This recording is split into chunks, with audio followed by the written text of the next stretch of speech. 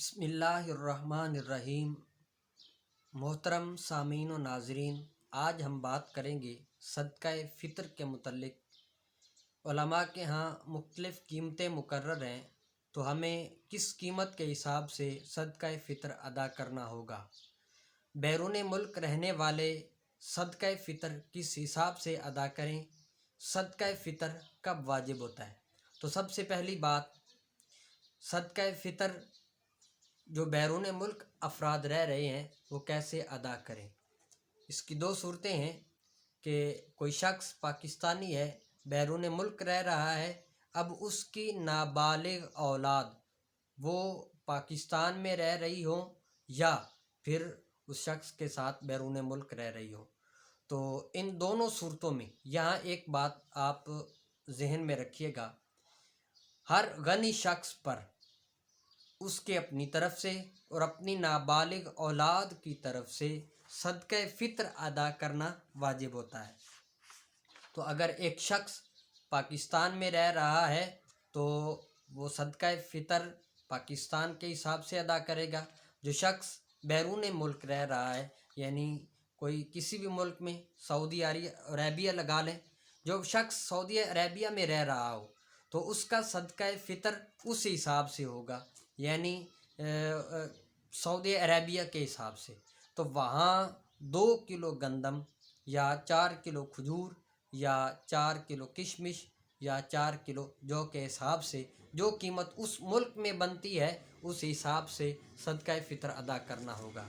تو یہاں ایک بات ذہن میں رکھیں، جو شخص بیرون ملک رہ رہا ہے وہ شخص اور اس کی نابالغ اولاد وہ اگرچہ پاکستان میں ہوں یا بیرون ملک رہ رہی ہوں، دونوں کی طرف سے وہ اس حساب سے صدقہ فطر ادا کرے گا جس جگہ وہ رہ رہا ہے۔ اگر بیرون ملک رہ رہا ہے، بچے اگرچہ پاکستان میں ہیں، تو اس پر جو واجب تھا وہ اس کا اپنا صدقہ فطر واجب تھا اور اپنی نابالغ اولاد کا صدقہ فطر واجب تھا، لہٰذا اپنا اور اپنی نابالغ اولاد کا صدقہ فطر بیرونی ممالک یعنی جس ملک میں رہ رہا ہے اس ملک کے حساب سے ادا کرے گا۔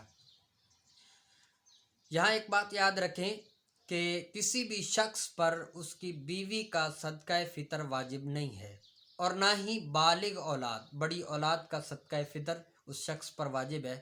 لہٰذا ایک شخص بیرون ملک رہ رہا ہے، اس کی بیوی اور اس کی بڑی اولاد اگرچہ پاکستان میں ہے تو وہ ان کا صدقہ فطر اگر ادا کرنا چاہے تو وہ پاکستان کے حساب سے ادا کرے گا، بیرون ملک کے حساب سے ادا نہیں کرے گا۔ تو یہاں یہ ایک بات مکمل ہوئی۔ تو صدقہ فطر کب واجب ہوتا ہے؟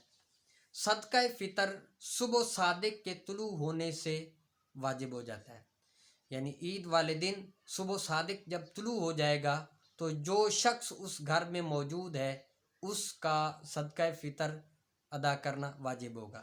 مثلا ایک بچہ پیدا ہوتا ہے عید والے دن صبح صادق سے پہلے، صبح صادق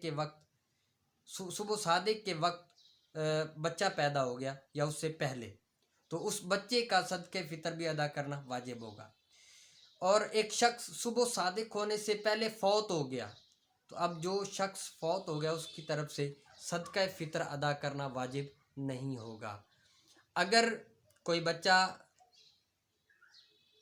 سورج کے طلوع ہونے کے بعد پیدا ہوا تو اس پر صدقہ فطر واجب، اس کا صدقہ فطر واجب نہیں ہوگا۔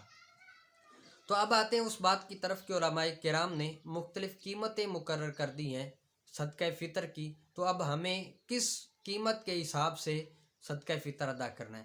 تو آپ ناظرین پہلے سماعت فرمائیں، مفتی منیب الرحمان صاحب نے جو صدقہ فطر مقرر کیا ہے وہ گندم کے اعتبار سے 320 روپے ہے 2 کلو گندم، جو کے اعتبار سے 480 روپے ہے، کھجور کے اعتبار سے، عمدہ کھجور کے اعتبار سے 2800 روپے ہے، کشمش کے اعتبار سے جو اول درجہ کی ہے وہ 6400 روپے ہے، اور کشمش جو دوم درجہ کی ہے وہ 4800 روپے ہے۔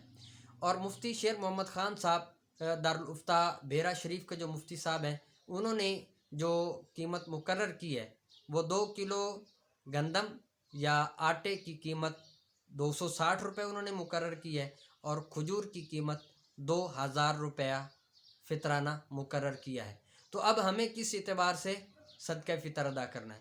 ناظرین، سب سے آسان طریقہ ہے، آپ اپنے علاقے میں، اپنے گاؤں میں، اپنے شہر میں کسی بھی چکی پہ چلے جائیں تو آپ اپنے علاقے کی چکی والے سے ریٹ مینشن کریں کہ کلو کا ریٹ کیا ہے۔